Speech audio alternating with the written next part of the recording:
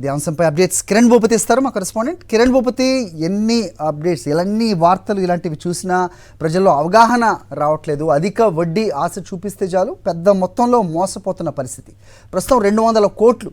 So ఎవరు ఈ నిమ్మగడ్డ వాణిబాల, ఏంటి కథాంశం?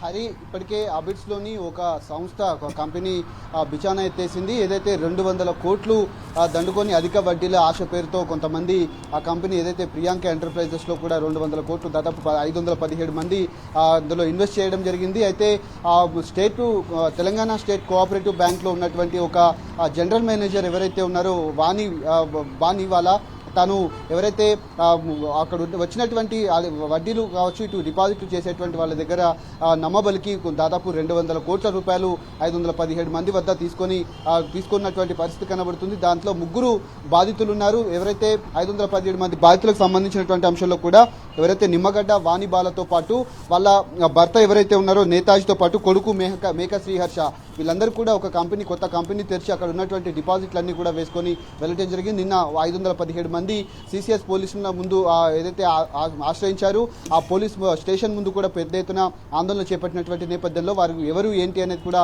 పోలీసులు ఇప్పటికే విచారణ కొనసాగుతున్నటువంటి పరిస్థితులు అయితే కనబడుతున్నాయి. ఇలాంటి కంపెనీల పట్ల అలర్ట్గా ఉండాలని కూడా ఇప్పటికే పోలీసులు చెప్తున్నటువంటి నేపథ్యంలో అధిక వడ్డీల ఆశతో చాలా మంది కూడా ఇందులో ఇన్వెస్ట్ చేయడం జరిగింది. దాదాపు 200 కోట్లతో వాళ్ళు బిచానా ఎత్తేసినట్టుగా ఇప్పటికే సమాచారం అయితే అందుతున్న నేపథ్యంలో దీనిపైన పోలీసులు కూడా ఏదైతే విచారణ కూడా కొనసాగిస్తున్నటువంటి పరిస్థితులు అయితే కనబడుతున్నాయి. హరి, ఓకే కిరణ్ భూపతి.